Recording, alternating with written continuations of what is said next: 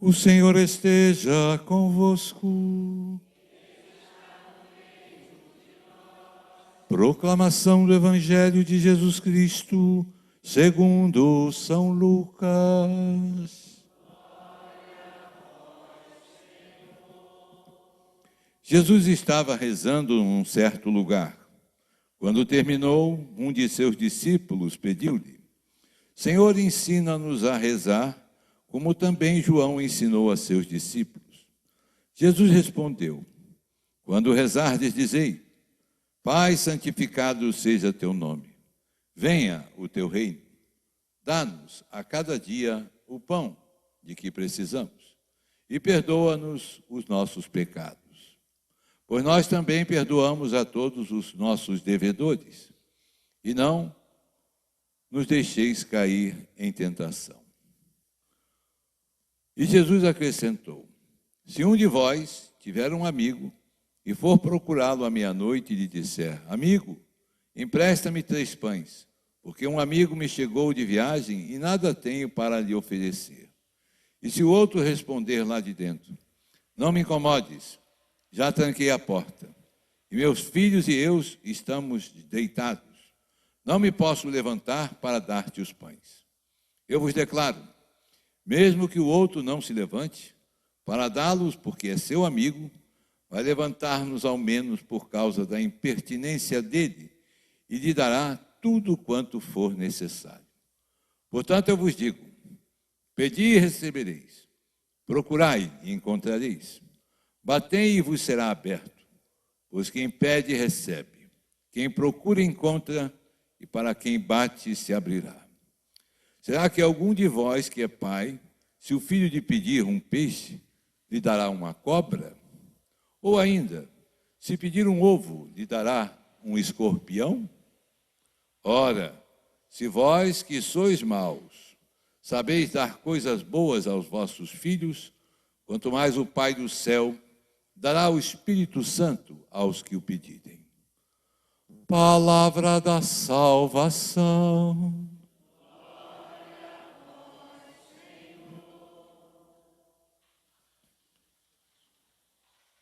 Meus caros irmãos, a segunda leitura da liturgia da palavra de hoje nos fala da importância da ressurreição de Cristo e da sua vitória sobre a morte na cruz por nós. Quando ele diz: existia contra nós uma conta a ser paga, mas ele a cancelou, apesar das obrigações legais, e a eliminou, pregando-a na cruz. Havia uma obrigação legal. Entendam, o legal aqui não é o legalzinho do pessoal aí, nem o legal da lei humana, mas o legal, a legalidade de Deus, a lei de Deus, né, que exige uma restauração dos nossos pecados, que aquela conta tem que ser paga, mas não tem como pagar. Quem que ia pagar essa conta? Quem ia pagar a ofensa feita a Deus? Quem tinha algo a oferecer maior do que a dignidade de Deus? Ninguém. Só Deus mesmo, né? É pior do que uma dívida de cartão de crédito, né? Que vai subindo, subindo, subindo, e ninguém segura o juro do cartão de crédito. Não tem como pagar. Só se tirar na loteria. Mas essa é pior ainda, porque Deus é infinito em sua dignidade. Como é que se pode pagar? Então, é o próprio Cristo, né, que nos alcança este perdão. Mas a mensagem principal da liturgia da palavra de hoje é a oração. E, sobretudo, a persistência na oração. Nosso Senhor exige essa perseverança, né? A perseverança é uma virtude anexa à fortaleza, porque é força no tempo, na insistência, né? Tem que ter força. Facilmente alguém pode desanimar. Já rezei 2 Pai Nosso, 2 Ave Maria, Deus não me atendeu. Não, não é assim. Precisa insistir, confiar em Deus. Lembre-se de Santa Mônica, que durante 30 anos pedia a conversão do seu filho e alcançou a conversão de Santo Agostinho, do maior teólogo de todos os tempos. E a primeira leitura do livro do Gênesis faz ver o Senhor aparecendo a Abraão e reclamando do clamor que sobe de Sodoma e Gomorra. Veja bem, hein? Os males que uma cidade faz, o clamor sobe a Deus. Será que do Rio de Janeiro não estará subindo clamores a Deus também? Misericórdia, não é? Vamos pedir, fazer igual Abraão, insistir, não é? E Abraão, vendo que aqueles dois partem para Sodoma e Gomorra, e viu que aquela partida não era boa, não era bom sinal, começa a insistir com Deus. Mas se houver 50 justos, tu não destruirás. Não. 45, não destruo se tiver 45 justos. 40, 30, 20, não destruo. Permita-me falar mais uma vez, se houver 10 justos, não destruirei. E os exegetas dizem que Abraão não chegou a essa pergunta porque seria muito ousada. Mas se ele perguntasse se houvesse um justo, Deus não destruiria. No entanto, Sodoma e Gomorra foram destruídas. Tinha ninguém lá que prestasse não, viu? Infelizmente. Só escapou Ló, que o anjo falou, sai fora, porque senão tu também vai entrar. E não olhe para trás. E a mulher de Ló olhou para trás, virou estátua de sal. O que é isso, virar estátua de sal? Olhou para trás. Olhou para a vida antiga. O amor às coisas más. Como diz a Escritura, a saudade da batata do Egito. Né? O povo de Deus também estava lá na terra prometida, mas tinha saudade da batata. Estava para libertar. Precisa fazer força.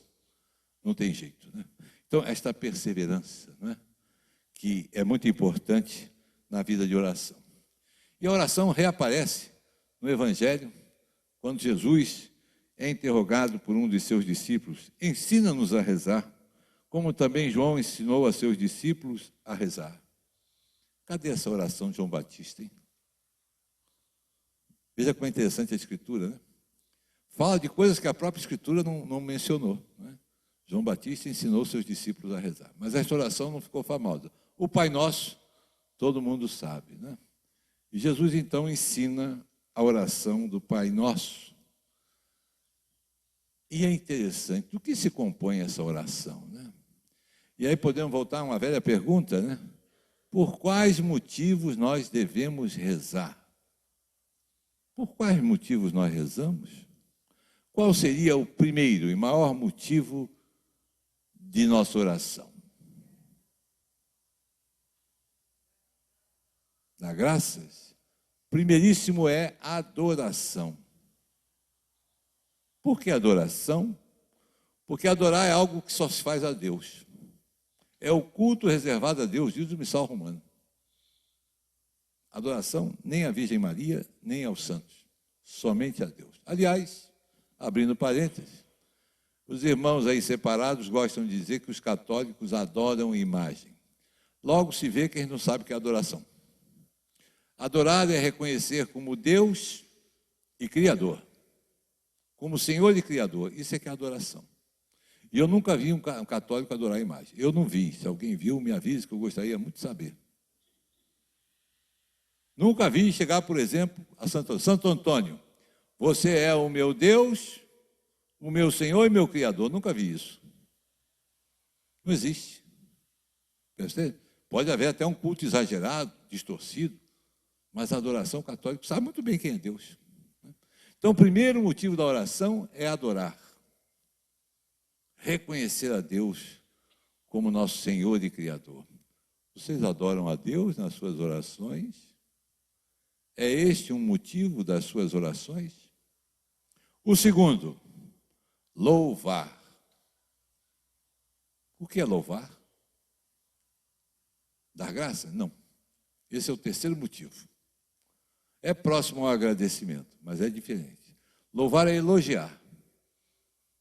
O antigo poeta diz, eu louvo a coragem do herói. Eu elogio a coragem do herói. A gente elogia o esforço que uma pessoa faz. Pô, esse menino está estudando mesmo, que beleza, né? Louvar a Deus por tantas coisas. Os antigos judeus, rabinos, tinham que rezar 100 louvores por dia. Eles tinham um ancestral do terço, uma corda com contas, com 100 bolinhas, que eram os beracás, louvor, o bem dizer. Eu vos bendigo, Senhor, porque mais uma vez o sol nasceu. Eu vos bendigo, Senhor, porque estou com saúde. Eu vos bendigo, Senhor, porque eu estou doente, mas confio em vós. Eu vos louvo, Senhor, porque está indo tudo bem. Eu vos bendigo, Senhor, porque as coisas não estão indo bem, mas tudo está em vossas mãos. Seu louvor. Eu vos bendigo porque posso ver as coisas. Vos bendigo pela minha saúde. Não é? Tudo isso pode ser motivo do bem dizer a Deus. O terceiro é o agradecimento. Diz o Frei Battistini que ele faz esse estudo simples da oração, muito bom, né? Dá os motivos pelos quais se deve rezar. Diz quais são os erros na oração, né? 10 erros, graves erros da oração. Num antigo livro pequenino, popular, como ele sempre escreveu, não é? Como falar com Deus. E o terceiro motivo é este, agradecer. E desagradecer é coisa de fina educação. Quando não agradecemos, somos um bando de mal educados. E temos tanto a agradecer a Deus. Obrigado, Senhor, por este alimento. Né? Obrigado pela minha saúde. Obrigado pelas minhas dificuldades, porque estás comigo, estás me ajudando. Obrigado por tanta coisa. Né? Então, o agradecimento. Veja que o próprio Senhor experimentou essa ingratidão quando curou 10 leprosos e só voltou um, estrangeiro. Só este estrangeiro que voltou. Né? O quarto motivo, pedir perdão. Não é? Podemos fazer sempre o exame de consciência à noite, antes de dormir, não é? E pedir perdão a Deus pelas nossas falhas. Não precisam nem ser pecado grave, mas pecados veniais também, né? Ou alguma coisa que deixamos de fazer ou não tratamos bem uma pessoa. Né? E, finalmente, pedir. Pedir alguma coisa. Não é? E pedir não só as coisas materiais, mas as coisas espirituais. Hoje Jesus fala aqui no Evangelho, não é? Quando ele diz, né, vós que sois maus, sabeis dar coisas boas aos vossos filhos. Quanto mais o Pai do céu dará o Espírito Santo àqueles que o pedirem, viu? Os senhores pedem o Espírito Santo, pedem essa graça, pedem estar sempre em estado de graça a Deus. Esse é o grande pedido. Porque se somos templos do Espírito Santo, estamos prontos para ir para diante de Deus. Se não somos, é porque não estamos em estado de graça, então não dá pé não, hein? Por isso o grande dom, né? Mas tem muita coisa para pedir, né? E às vezes esquecemos deste pedido tão importante. E é por isso que Jesus ensina o Pai Nosso. Pai Nosso que estás no céu. Olha aí já o louvor e a adoração, né? Santificado seja o teu nome. Olha, o bem dizer a Deus, né? Santificado. Teu nome seja santificado. Venha o teu reino. Né? Não é venha o reino deste mundo, né? Quando dizemos venha o teu reino, estamos pedindo o quê? Que o reino de Deus se instale aqui na terra. Que nós já vivamos, né? Como se estivéssemos diante de Deus, estamos sempre diante de Deus, mas como já se estivéssemos lá. Não é? Então, viver bem aqui para que o reino de Deus já venha aqui agora, para que eu chegue na plenitude deste reino diante de Deus. Seja feita a tua vontade, assim na terra como no céu.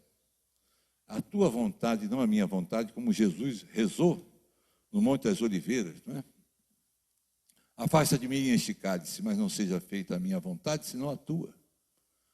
Colocar sempre nas mãos de Deus, né? Podemos pedir tudo a Deus, mas é uma característica importante da oração, submeter tudo a Deus. Senhor, eu vos peço isso, se for para o meu bem, se for da tua vontade, não é?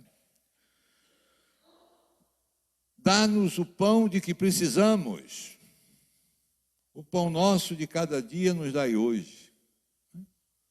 Não é o pão nosso de todo ano me dai logo hoje. Não, o pão nosso de cada dia nos dai hoje. A confiança em Deus, né, da providência divina. Né? Gente que viva um certo projeto de vida temos que ter. Né? Como é que vai ser o ano que vem? Vou fazer um curso, vou fazer uma viagem, né? Vou me preparar, tudo bem. Mas tem gente que vive uma ansiedade do futuro, como juntar, como ter mais, não é? E, de repente, tudo isso fica por aí, não é? E é importante isso, o pão nosso de cada dia nos dai hoje. O pão para o corpo, que precisamos, né?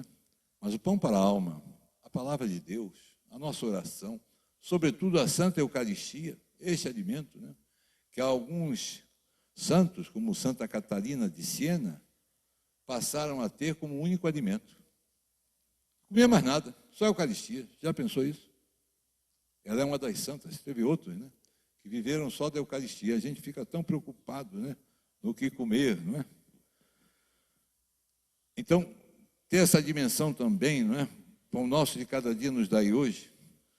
Perdoai as nossas ofensas, assim como nós perdoamos os nossos devedores, né? Antigamente o Pai Nosso, a tradução era essa. Perdoai as nossas dívidas, assim como nós perdoamos os nossos devedores. Porque a mentalidade judaica é uma mentalidade muito concreta. Então, perdoar as dívidas também, não é? Tanto o ano santo que nós herdamos dos judeus era um ano de perdão. Se perdoavam todas as dívidas, as ofensas. Quer dizer, uma beleza isso já no Antigo Testamento. João Paulo II chegou a propor, né, o perdão da dívida dos países pobres diante dos países ricos, né? Mas não colou, não, né? O pessoal não está ouvindo muito essas coisas, não, né? No Ano Santo também, né? E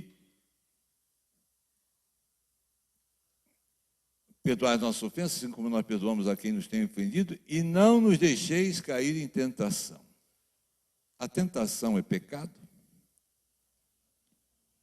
Ainda não, mas poderá ser. A tentação é um degrau, no qual nós podemos tropeçar e cair, ou podemos subir. Quando se vence a tentação, espiritualmente se sobe, né? Então é como se dissesse, na tentação não me deixe cair, porque tentação vamos ter. O próprio Cristo foi tentado no deserto, né? E ali ele nos mostra como vencer o inimigo, né? O inimigo tentava, fazia uma proposta e ele rebatia sempre com a palavra de Deus, né? Então, meus irmãos, o tema da liturgia de hoje é a oração, a perseverança na oração, algo que deve ser muito cotidiano para nós, né? A oração é falar com Deus. E nós falamos, sobretudo, com as pessoas com quem temos intimidade. Temos intimidade com Deus? Queremos conversar com Deus? Queremos estar na sua presença? O amamos? Amar a Deus sobre todas as coisas. Disso aí desdobram tantas coisas, né? Inclusive isso, a oração, a satisfação, a alegria de estar com Deus. Peçamos a Deus que possamos crescer na nossa espiritualidade, procurando sempre aperfeiçoar a nossa oração.